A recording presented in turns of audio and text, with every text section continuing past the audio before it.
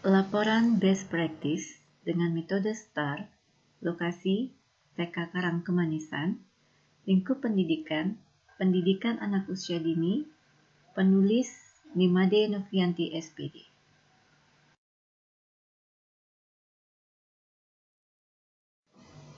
Tujuan yang ingin dicapai yaitu memotivasi belajar anak dan interaksi sosial anak melalui pemanfaatan teknologi dan model pembelajaran yang inovatif. Situasi. Kondisi yang menjadi latar belakang masalah adalah peralihan PJJ atau pembelajaran jarak jauh ke PTM atau pembelajaran tatap muka membuat motivasi peserta didik menurun.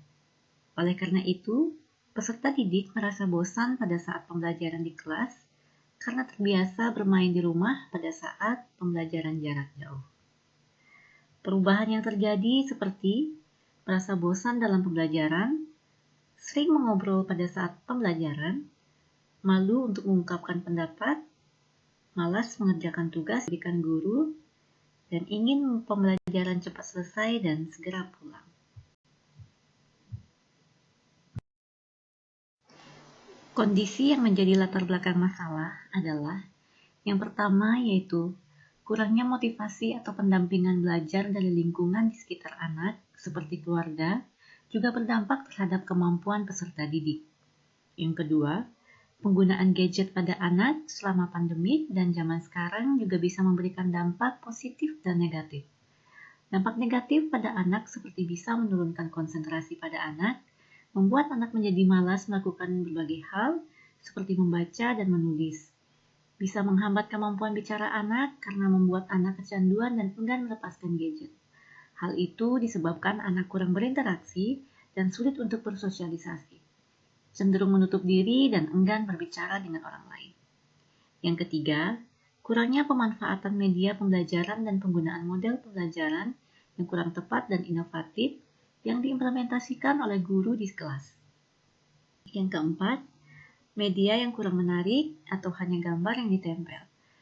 Kurang pemanfaatan TPACK dalam pembelajaran, sehingga pembelajaran kurang berpusat pada peserta didik. Peserta didik lebih banyak mendengar penjelasan dari guru, sehingga peserta didik menjadi semakin pasif dan semakin kurang berinteraksi.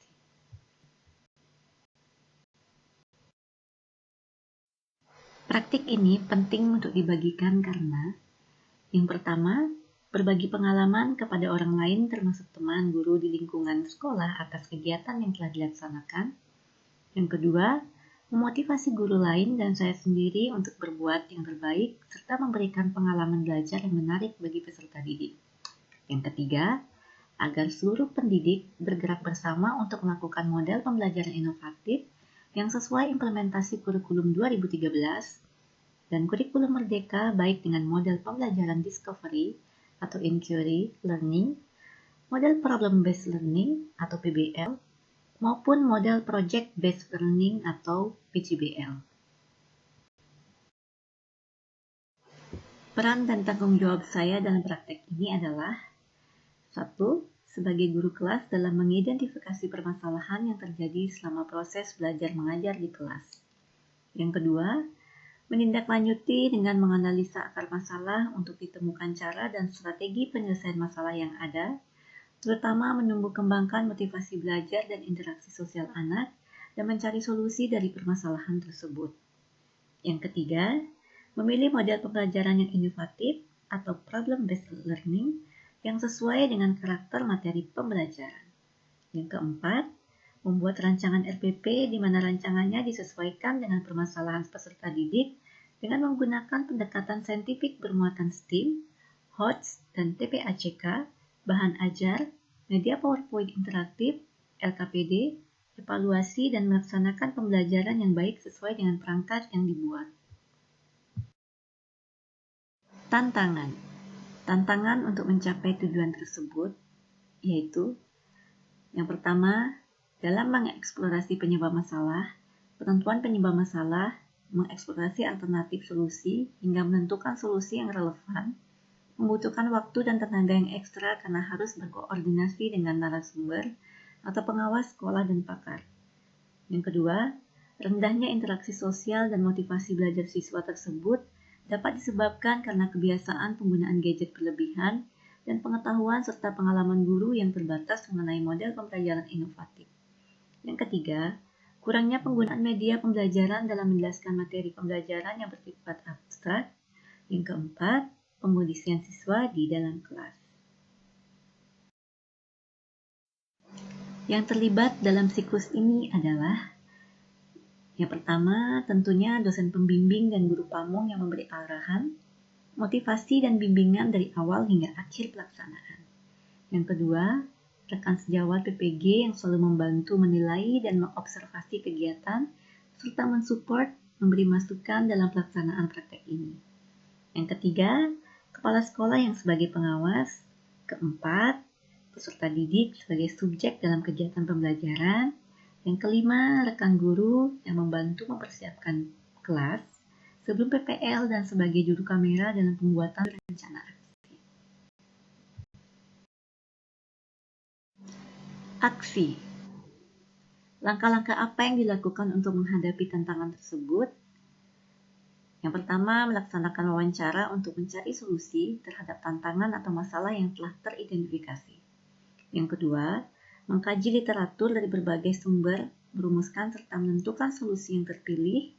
Yang ketiga, menyusun perangkat pembelajaran yang terdiri dari RPP, LKPD, media, asesmen, dan bahan ajar. Yang keempat, lakukan uji coba perangkat dan melaksanakan perangkat yang telah dibuat untuk persiapan kelas dan pengkondisian kelas agar lebih kondusif. Terakhir, yang kelima yaitu penentuan jadwal aksi PPL dan konfirmasi kepada rekan-rekan guru untuk mengantisipasi keterbatasan waktu rekan guru atau tata usaha yang membantu merekam video dan dalam pelaksanaan. Strategi apa yang digunakan? Strategi yang digunakan guru untuk mengatasi masalah menurunnya motivasi dan interaksi sosial pada anak menggunakan model pembelajaran yang inovatif, yaitu model pembelajaran Problem Based Learning atau PBL, karena untuk mengatasi menurunnya motivasi dan interaksi sosial anak, diperlukan menciptakan suasana belajar yang menyenangkan dan bervariasi serta tidak monoton.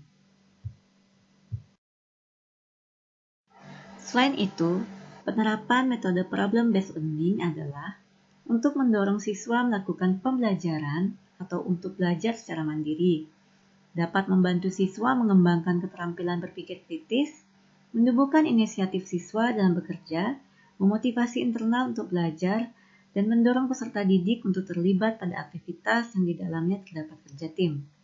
Sehingga, peserta didik dituntut untuk meningkatkan keterampilan dan kemampuan untuk berkomunikasi dan berinteraksi pada siswa satu dengan peserta didik lainnya. Dibantu dengan benda-benda konkret, media gambar, merancang LKPD menarik berbasis masalah anak, media PowerPoint interaktif, membuat video pembelajaran, menyiapkan instrumen penilaian, dan melaksanakan penilaian sikap, keterampilan dan pengetahuan selama proses pembelajaran, membuat soal evaluasi yang berbasis HOT. Proses pembelajaran. Yang pertama, model problem-based learning dari model pembelajaran yang akan dipilih dimulai dari tahap awal sampai ke tahap akhir yang dituangkan dalam kegiatan pembuka, inti, dan penutup.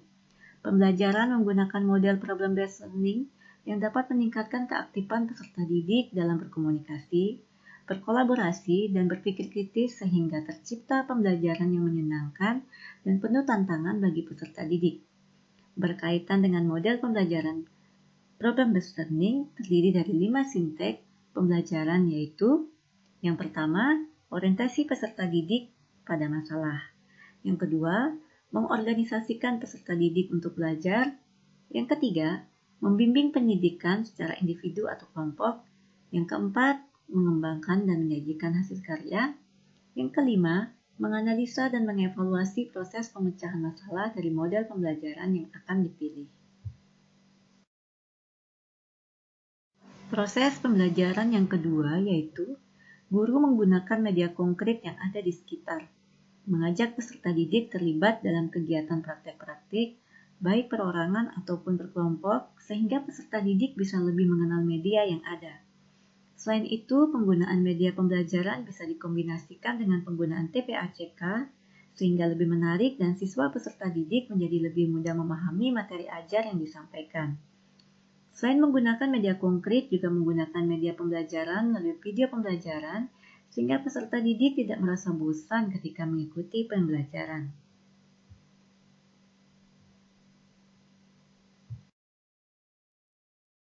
Proses pembelajaran yang ketiga, yaitu guru juga menilai secara keseluruhan dari semua aspek perkembangan anak, seperti nilai agama dan moral atau NEM, psikomotorik, kognitif, bahasa, sosial emosional, dan seni. Tentunya dalam instrumen yang lengkap mulai dari kisi-kisi, indikator ketercapaian setiap ranah, dan rubrik penilaian, keterampilan untuk melengkapi penilaian akhir pembelajaran. Yang terlibat dalam siklus.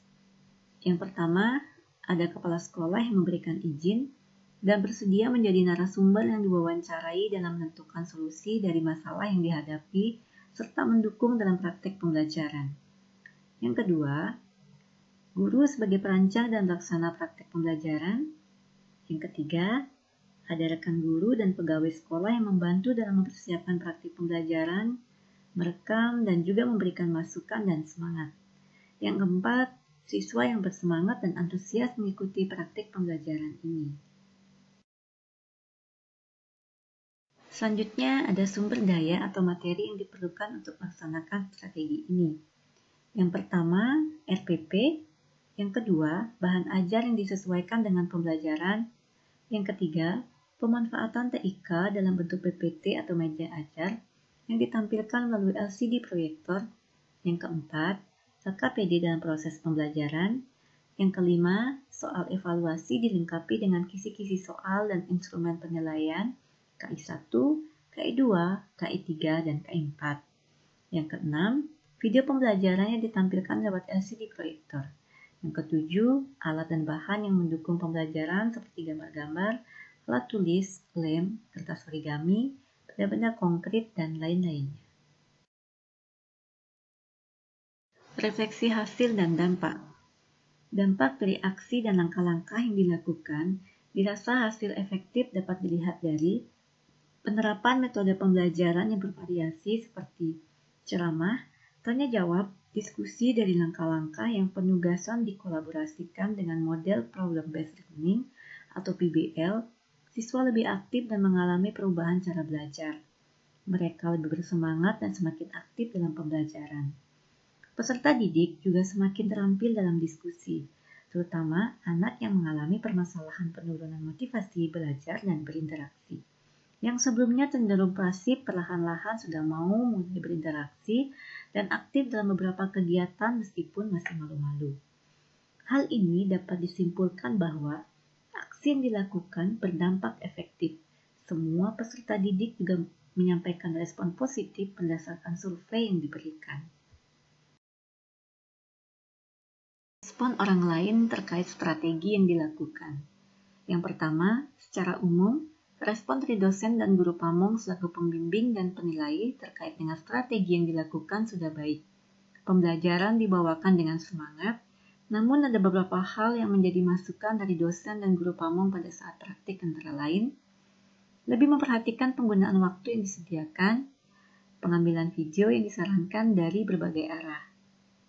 Respon yang kedua yaitu dari kepala sekolah menyatakan bahwa strategi yang digunakan sangat menarik, terlihat dari hasil pengisian survei yang dilakukan kepala sekolah. Respon yang ketiga yaitu dari pihak siswa, pembelajaran yang telah dilaksanakan sangat menyenangkan.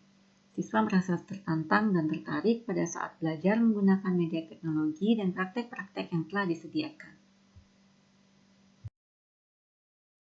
Yang menjadi faktor keberhasilan atau ketidakberhasilan dari strategi yang dilakukan adalah beberapa faktor yang mendukung keberhasilan dalam pembelajaran ini, yaitu perangkat pembelajaran yang lengkap. Perangkat pembelajaran disusun secara operasional yang dibimbing langsung oleh dosen dan guru pamong dengan sangat baik. Pembelajaran disusun secara baik dengan memperhatikan setiap sinteks model pembelajaran yang dipilih.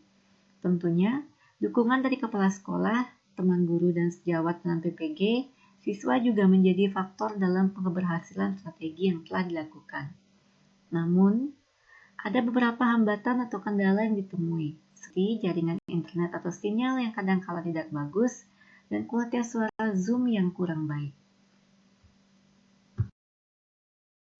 Pembelajaran dari keseluruhan proses adalah pembelajaran yang diperoleh dari keseluruhan proses yang telah dilaksanakan, yaitu guru perlu melakukan persiapan yang baik sebelum melaksanakan proses pembelajaran di dalam kelas. Persiapan yang dilakukan meliputi mengenali karakteristik siswa, menganalisis permasalahan belajar yang dialami siswa, mencari dan menentukan solusinya, merancang rencana pelaksanaan pembelajaran yang menarik sehingga siswa tidak merasa bosan dan fasih selama proses pembelajaran. Laksanakan pembelajaran sesuai dengan RPP yang telah dirancang, serta melakukan refleksi untuk memperbaiki hambatan dan kendala yang dihadapi sehingga dapat dijadikan perbaikan untuk pembelajaran selanjutnya.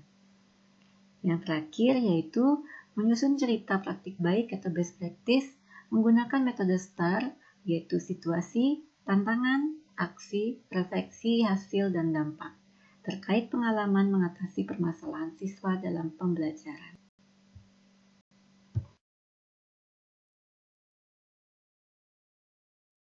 Demikianlah laporan best practice dengan metode STAR yang telah saya buat. Semoga bermanfaat. Sekian dan terima kasih.